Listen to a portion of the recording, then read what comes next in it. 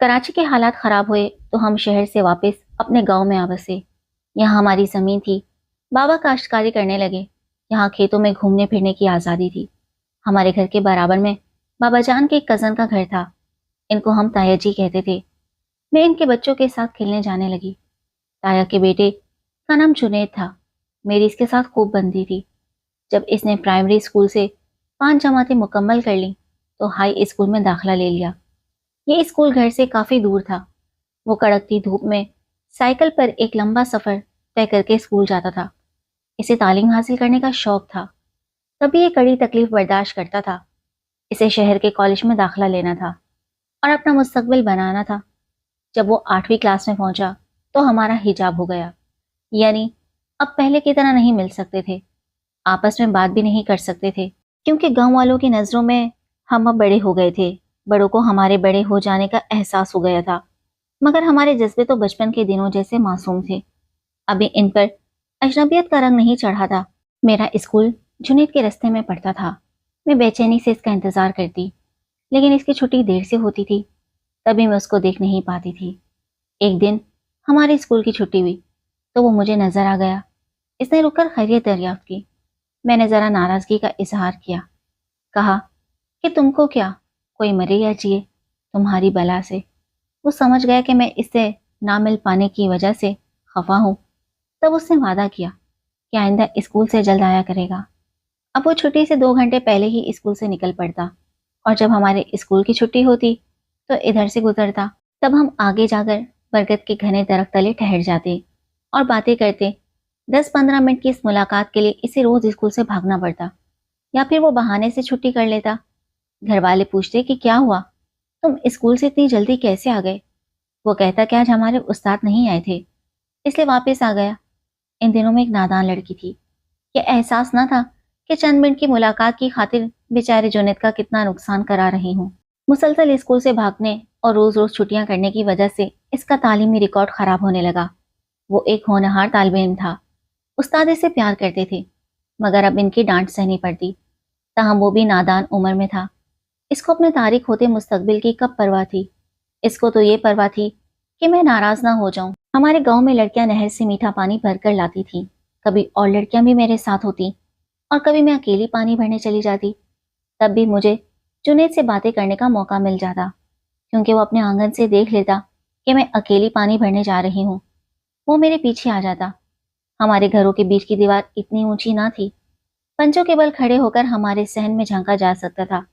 جب میں نے 6ٹھی جماعت پاس کر لی، مجھے اسکول سے ہٹا لیا گیا۔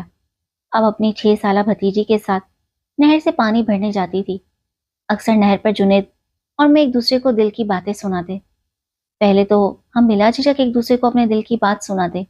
ڈرتے ڈرتے اس کے ساتھ بات کرتی، کیونکہ گاؤں کی لڑکیاں ہمارے بارے میں طرح طرح کی باتیں کرنے لگی تھی۔ گاؤں کے لوگوں نے بھی ہمیں نوٹس کرنا شروع کر دیا۔ ان دنوں جنید 9ویں جماعت کا طالب علم تھا۔ بورڈ کا امتحان ہونا تھا۔ اب اسے دل لگا کر پڑھنے کی ضرورت تھی اور حاضریاں بھی پوری کرنا تھی۔ اس کے ایک استاد بہت شفیق اور اچھے تھے۔ وہ اسے سمجھاتے کہ پڑھائی پر توجہ دو ورنہ فیل ہو جاؤ گے۔ جب وہ نہ سمجھا تو انہوں نے تایا جی کو آ کر بتا دیا کہ آپ کا بیٹا پڑھائی پر توجہ نہیں دیتا، اگر اس نے یوں ہی لاپرواہی جاری رکھی تو میٹرک پاس نہ کر سکے گا۔ تایا جی نے جنید کو بہت ڈانٹا، تب اس نے پڑھائی پر توجہ دی اور مجھ سے ملنا ترک کر دیا۔ مجھے بھی سمجھایا، کچھ دنوں کی بات ہے، اگر میں نے سنجیدگی سے پڑھائی نہ کی تو میرا مستقبل تاریک ہو جائے گا۔ میں نے یہ بات سمجھ لی، سوچا کہ اس میں جنید کا فائدہ ہے اور اس کا فائدہ میرا فائدہ ہے۔ اب وہ نہ بھی ملتا تو میں اس سے ناراض نہ ہوتی، کہتی کہ تم دھیان لگا کر پڑھو، میں اداس ہو جاؤں گی تو تمہارے گھر آ جاؤں گی، لیکن گھر کے اندر نہیں آؤں گی، باڑے میں بیٹھ جاؤں گی۔ ان کے باڑے میں بہت سے کبوتر تھے جو بڑے بڑے پنجروں میں تھے۔ میں اپنے چھوٹے بھتیجے کو وہاں لے جاتی، تب میری آواز سن کر جنید بھی وہاں آ جاتا اور ہم بات کر لیتے۔ امی کو شک ہوا کہ یہ بھتیجے کو لے کر کہاں جاتی ہے۔ اب جو ہی منو کو لے کر گھر سے نکلتی، ماں میرے پیچھے نکل پڑتی اور سائے کی طرح ساتھ چلنے لگتی۔ تب میں باڑے جانے کے بجائے واپس گھر چلی جاتی۔ ہم چونکہ بچپن سے ساتھ کھیلے تھے، باتیں کرتے تھے، تو اب بھی ہمیں باتیں کرتا دیکھ کر رشتہ داروں کو شک نہیں ہوتا تھا، مگر ماں کو پریشانی لگ جاتی۔ وہ میرے بہن بھائیوں سے کہتی کہ سونی کو اگر کسی سے باتیں کرتے دیکھو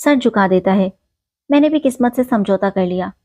جنید مجھے یاد آتا تھا، مگر یوں دل پر صبر کا پتھر رکھ لیتی، دعا کرتی کہ خدا کرے وہ جہاں رہے خوش رہے اور کبھی میری یاد سے بے قرار نہ ہو۔ بھائی 7 سال کی سزا بھگت کر بالآخر جیل سے باہر آ گیا۔ کسی کو وہ واقعہ یاد نہ تھا۔ سبھی بھائی کی رہائی پا جانے پر خوش تھے کہ مدت بعد گھر آنا نصیب ہوا تھا۔ جنید بھی گاؤں آ گیا تھا۔ تایا جی نے اسے کریانے کی دکان کھول دی تھی۔ ایک دن بیٹھے بٹھائے اچانک بھابھی کے جی میں کیا سمجھ کہ اس نے بڑے بھائی کو نمک مرچ لگا کر وہ واقعہ بتا دیا کہ جنید کمرے میں تھا اور میں نے باہر سے کنڈی لگا رکھی تھی۔ بڑے بھائی نے جب یہ بات سنی تو اسی وقت گھر سے چلا گیا اور شام تک نہ لوٹا۔ سب دعا کر رہے تھے کہ خدا خیر کرے، کہاں چلا گیا ہے اور کیوں نہیں آیا ہے۔ اچانک صبح 4 بجے دروازے پر دستک ہوئی۔ امی نے پوچھا کون ہے؟ تایا زاد نے کہا چچی دروازہ کھول، میں ہوں صغیر، جلدی کرو ایک بری خبر ہے۔ ماں کا دل دھک سے رہ گیا۔ صغیر اندر آیا اور بولا بڑے بھائی نے کلہاڑی سے جنید کا قتل کر دیا ہے، یہ تو کیا کہہ رہا ہے؟ ماں ایسا کہتے ہوئے پچھاڑ کھا کر دہلیز کے پاس گر گئی۔ ان کے لبوں سے ایک ہی فکرہ نکل سکا، یہ کیا کر دیا اس کم عقل نے؟ ابھی تو وہ 7 سال کی سزا بھگت کے آیا تھا۔ صغیر ماں کو اٹھا کر اندر لایا اور برآمدے میں پڑی چارپائی پر لٹا دیا جو صدمے سے بے سدھ ہو چکی تھی۔ سب ماں کو ہوش میں لانے کی تدبیریں کرنے لگے۔ کسی کے گمان میں بھی نہ تھا کہ اتنے عرصے پہلے کا قصہ پھر سے تازہ ہو جائے گا۔ بلا اجازت گھر میں داخل ہونے کی اتنی سی بات پر میرے والدین نے خود جنید کے ابا نے اسے کچھ نہ کہا اور معمولی بات کر کے معاملہ رفع دفع کر دیا۔ ہماری بھابھی نے اس کو عزت کا معاملہ بنا کر بڑے بھائی کو اشتعال دلایا۔ یوں جنید جوانی کی دہلیز پر قدم رکھتے ہی قتل ہو گیا اور ہمارا گھرانہ بھی برباد ہو گیا، کیونکہ بڑے بھائی کو قتل کے جرم میں دوبارہ سزا ہو گئی۔ اس بار عمر قید نہیں بلکہ سزائے موت ہوئی۔ میرے خاوند نے تو یہ بیان دے کر مجھے بچا لیا کہ میری بیوی پاک دامن ہے اور یہ میرے گھر میں تھی۔ ایسا کوئی واقعہ نہیں ہوا کہ جس سے میری بیوی کی عزت خاک میں مل گئی ہو، مگر بھابھی کو اپنی شیطانی سوچ کی ایسی سزا مل گئی اور میرا بھائی اور اس کا سہاگ سولی پر چڑھ گیا۔ وہ بیوہ اور اس کے بچے یتیم ہو گئے۔ سچ ہے، کبھی گزری بات کو نہیں اچھالنا چاہیے اور نہ ہی کسی پر بہتان لگانا چاہیے جب تک کسی کا گناہ کوئی آنکھوں سے نہ دیکھ لیا جائے۔